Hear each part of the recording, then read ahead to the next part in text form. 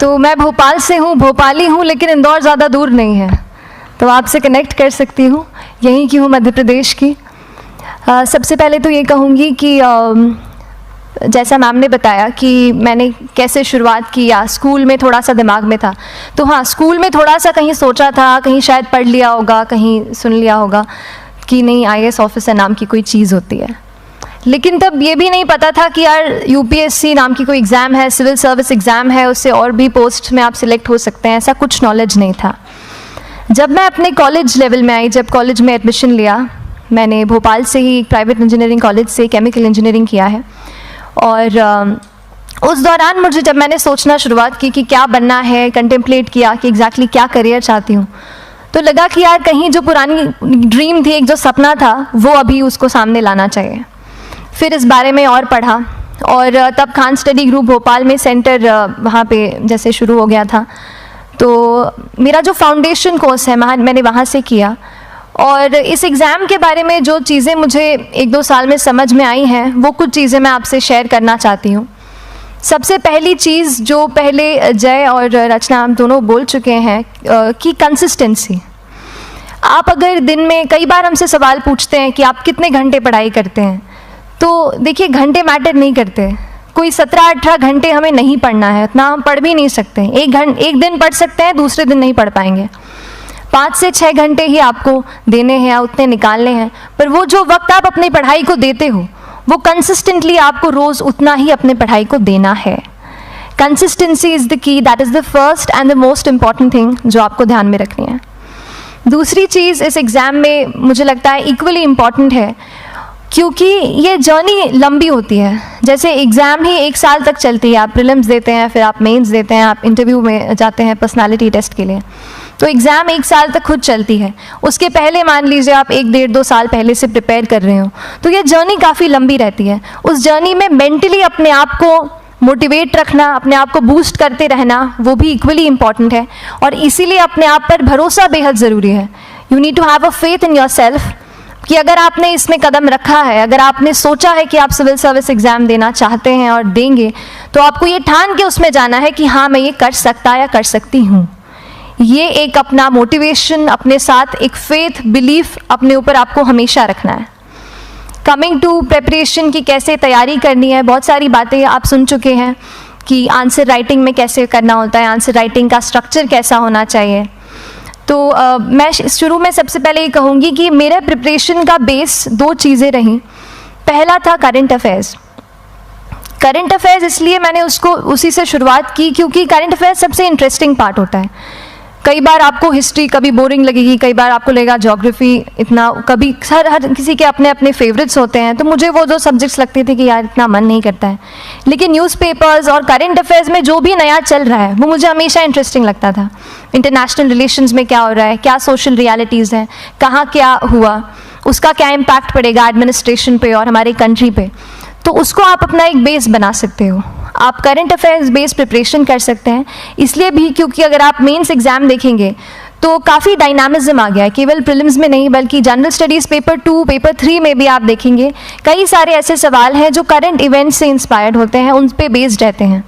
तो जब आप न्यूज़पेपर बेस्ड, करंट बेस्ड पढ़ाई करते हैं तो वो आपका प्रिपरेशन वहाँ से भी कवर हो सकता है। दूसरी जो चीज़ मैंने जिस पे बहुत फोकस किया वो थी आंसर राइटिंग। तो आंसर राइटिंग का जैसे खान सर बता रहे थे कि आंसर राइटिंग की प्रैक्टिस बहुत की, तो उसके पीछे मेरा ये था कि जब मैं हमेशा प्रीलिम्स का कोई भी पेपर टेस्ट देती थी, हम मॉक टेस्ट देते हैं, तो मॉक टेस्ट देती थी तो हमेशा मेरे मार्क्स करीब 90 to 110, 120, इससे ऊपर मेरे कभी मार्क्स नहीं जाते थे।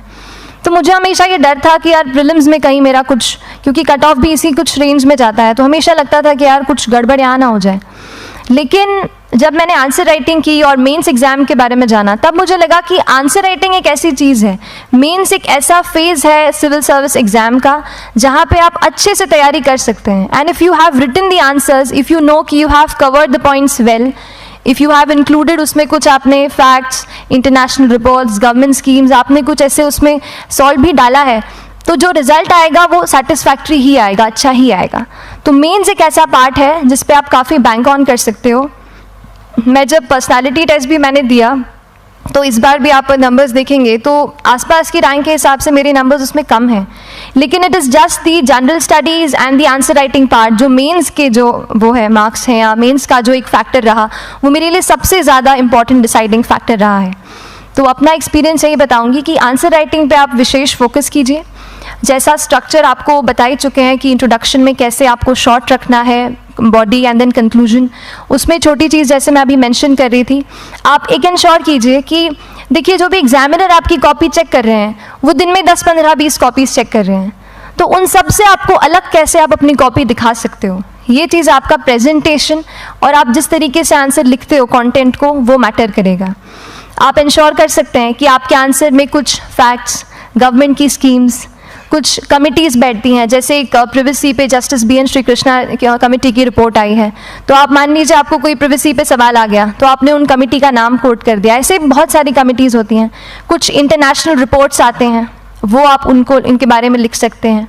इंडिया का मैप आप बना सकते हैं। मैंने सीख लिया था कि 10-15 सेकेंड्स में कैसे जल्दी से मैप बनाना है और उस पर कैसे पॉइंट कुछ करना है, कुछ लोकेट करना है। तो ये कुछ ऐसी चीज़ें हैं जो आपके आंसर्स को एनरिच करेंगी और प्रेजेंटेबल बनाएंगी। तो इस तरीके से आंसर्स पे जैसे हम क्लास करते हैं, लेकिन उसके साथ साथ आपको ये कोशिश करनी है कि 1 से 2 आंसर पर डे आपको ज़रूर लिखने ही लिखने हैं, apart from the test series that you are doing. Answer writing से 2-3 चीज़ें होती हैं, ना केवल हमारी एक लिखने का हमें समझ आता है हम क्या लिखते हैं कैसा है, पर हमारा कॉम्प्रिहेंशन भी इम्प्रूव होता है। हमें कितना समझ में आया वो भी हमें खुद समझ आता है जब हम आंसर्स लिखते हैं। और इसीलिए आंसर राइटिंग पे आप फोकस कीजिए, 1 से 2 आंसर ज़रूर लिखिए। और आंसर राइटिंग के बाद the third pillar of my preparation जो काफ़ी इंपॉर्टेंट जिसने रोल प्ले किया, that was tests and test series and mocks. देखिए हम पढ़ रहे हैं यहाँ पर, I will also come to the point कि हम कैसे दिल्ली, भोपाल और इंदौर में प्रिपेयर करके बिना दिल्ली जाए हम कैसे कर सकते हैं, I will come to that point. पर उसके पहले टेस्ट की थोड़ी बात कर लेती हूँ कि टेस्ट देना क्यों ज़रूरी है। हम ये जो एग्ज़ाम दे रहे हैं सिविल सर्विस की, एक ऑल इंडिया लेवल एग्ज़ाम है and this cut throat competition. तो उसके लिए आप केवल पढ़ते रहें, सारी बुक्स, मटेरियल्स, स्टैंडर्ड ये करंट का सब पढ़ लें, लेकिन अगर आप ये नहीं जज कर पाए कि आपका क्या लेवल है at an all India level, तो चीज़ें समझ में आप नहीं, मतलब आप आगे नहीं बढ़ पाएंगे या सही डायरेक्शन नहीं पकड़ पाएंगे।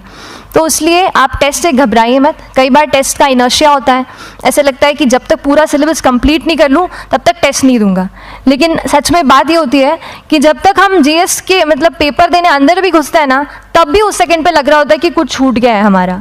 तो ये चीज़ होगी ही, इसीलिए ये मैं कभी मत सोचिए कि जब तक पूरा सिलेबस नहीं कर लूँ टेस्ट नहीं दूंगा। जैसे आपका एक थोड़ा बेस बन जाता है प्रिपरेशन का, आप टेस्ट दीजिए, चाहे वो प्रीलिम्स का MCQ का टेस्ट हो या मेंस का राइटिंग स्किल की प्रैक्टिस हो, टेस्ट पे आप फोकस कीजिए।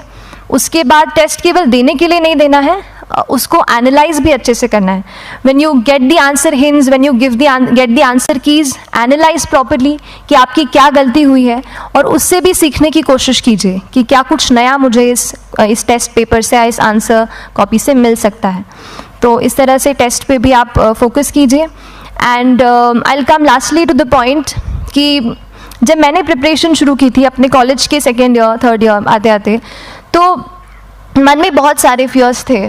मैं भी एक नॉर्मल फैमिली से हूँ, मेरे फैमिली में किसी ने आज तक सिविल सर्विस का पेपर भी नहीं लिखा था, तो मन में बहुत सारे फियर्स थे, डाउट्स थे, क्या होगा, कैसे होगा। तो हो सकता है आपके मन में भी ऐसा हो। और हम जैसे यहाँ रहते हैं, हम सोचते हैं कि दिल्ली जाना तो सबसे ज़रूरी है, उसके बिना तो ये एग्ज़ाम हो ही नहीं सकती। तो उस पर मैं एक चीज़ बताना चाहूँगी कि जैसे KSG जैसे इंस्टीट्यूट हैं, जो फैकल्टी भी हमें वही मिलती है जो दिल्ली में पढ़ा रहे हैं, तो ये एक बहुत पॉजिटिव पॉइंट है कि क्वालिटी का कोई दिक्कत नहीं आएगी। बस एक चीज़ है, आप ज्वाइन करते हैं class, that will only provide you a direction, वो आपका रास्ता दिखा सकते हैं आपको कि इस रास्ते पर आपको चलना है, लेकिन चलना उस रास्ते पे आपको खुद है। You have to work on your own. कभी ये मत सोचे कि मैं वहाँ नहीं जा पा रहा हूँ तो नहीं हो सकता, यहाँ है, तो हम एक्सक्यूज़ेस बनाते हैं। कई बार चैलेंजेस आते हैं। तो मैंने कॉलेज के साथ प्रिपरेशन की, तो उसमें भी काफ़ी दिक्कत आती थी। कभी कभार कॉलेज की एग्ज़ाम होती थी तो इसमें मैं अपना उतना वक्त नहीं दे पाती थी। तो उस मोमेंट पे फिर प्लानिंग ने मुझे बहुत हेल्प किया कि हम किस तरीके से अपने कॉलेज के एग्ज़ाम के लिए प्लान कर लें। जैसे मैंने इंजीनियरिंग की है और मुझे पता है कि हम इंजीनियर्स 1 महीने से ज़्यादा पहले से पढ़ते नहीं हैं। पढ़ते हैं क्या? तो वो चीज़ आप ध्यान रख सकते हो, उसको अपना स्ट्रॉन्ग पॉइंट बना सकते हो। 1 से 1.5 महीना जब exam is approaching, I use to plan my entire syllabus का प्रिंट आउट निकाल के I use to make my notes, उस तरीके से उसको मैं उसको संभाल लेती थी।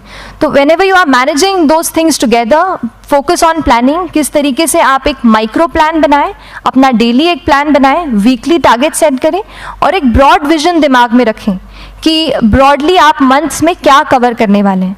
अगर आप प्लानिंग अच्छे से करते हैं तो ज़्यादातर पोर्शन आपका वहीं से कवर हो जाता है, और जब आप टारगेट्स बनाते हैं, उनको टिक करते हैं, तो एक सेंस ऑफ कंप्लीशन भी आपको मिलता है कि yes I am on the right path और मैं सही जा रहा हूँ या जा रही हूँ।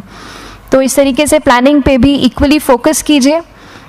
एंड बस यही सिंगल बिगेस्ट मैसेज मेरी तरफ से यही रहेगा कि आपने अगर ठान लिया है, अगर आप सोचते हैं कि आप ये एग्ज़ाम क्रैक कर सकते हैं, तो आपको रोकने वाला और कोई नहीं, आप खुद ही हो सकते हैं। तो खुद आप अपनी रुकावट कभी मत बनिए, एक्सक्यूज़ेस मत बनाइए। ऑब्स्टिकल ज़रूर आएंगे, उन्हें आपको चैलेंज करना है। Challenges are meant to be challenged. तो सही तरीके से अपने ऑब्स्टिकल्स को हैंडल कीजिए, और इस एग्ज़ाम में अगर आप सही स्ट्रैटेजी रखते हैं तो आप अपने एक अटैम्प्ट में ही इसको क्रैक कर सकते हैं। एंड एनीवेज आप जो भी अटैम्प्ट नेक्स्ट रखते हैं, दिल में यही रखिएगा कि जो ये मेरा नेक्स्ट अटैम्प्ट होने वाला है, ये मेरा बेस्ट अटैम्प्ट होने वाला है। कभी भी इस एग्ज़ाम को हाफ हार्टेडली मत दीजिए कि चलो देख के देखता हूँ कैसा है पैटर्न का एग्ज़ाम का। अगर एग्ज़ाम का पैटर्न देखना है ना, तो घर पे 3 घंटा टाइम लगा के एग्ज़ाम दे दो, बस केवल पैटर्न देखने के लिए एग्ज़ाम अटैम्प्ट मत कीजिए। जब आप एग्जामिनेशन हॉल में जा रहे हैं या कोई अटैम्प्ट आपने सेट किया है, तो अपना सब कुछ उस एग्ज़ाम को दीजिए, अपना टाइम, एनर्जी, फोकस, जितना भी करेक्ट आप उसमें पॉजिटिविटी डाल सकते हैं उसको दीजिए, एंड पूरी तैयारी के साथ ही इस पेपर को दीजिए, and I am sure that you will succeed. So till then, all the very best to you and good luck. Thank you so much.